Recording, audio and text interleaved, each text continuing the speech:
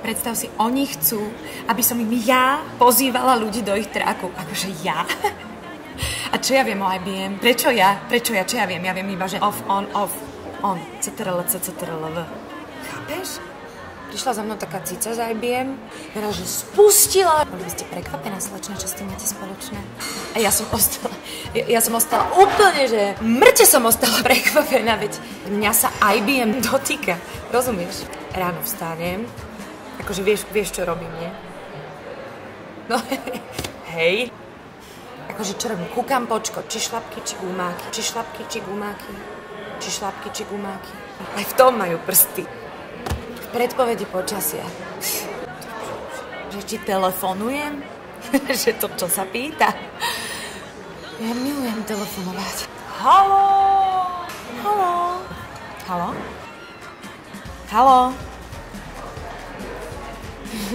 Aj tu priložili ruku k dielu a ja tam sedím. Akože úplne dotknutá, celá pav. Si predstav, že aj kalkulačka je. Úplne som vypleštila oči. Sice mi na to hovorí áno, aj očnej chirurgii sa IBM venuje. Počkej tu. Inak aj v čerových kódoch majú prsty. OK, som vaša. A čo tu mám povedať? Pozývam vás 7. až 8.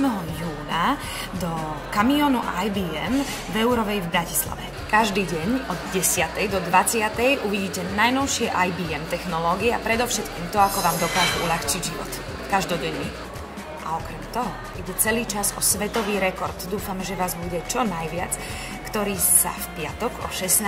dotknete IBM kamióna. Tak príďte, nech máme ten rekord. A že vlastne všetko je IBM na tomto svete. Dnes môžem platiť kartou? Vidíš, ešte aj v tomto majú prsty.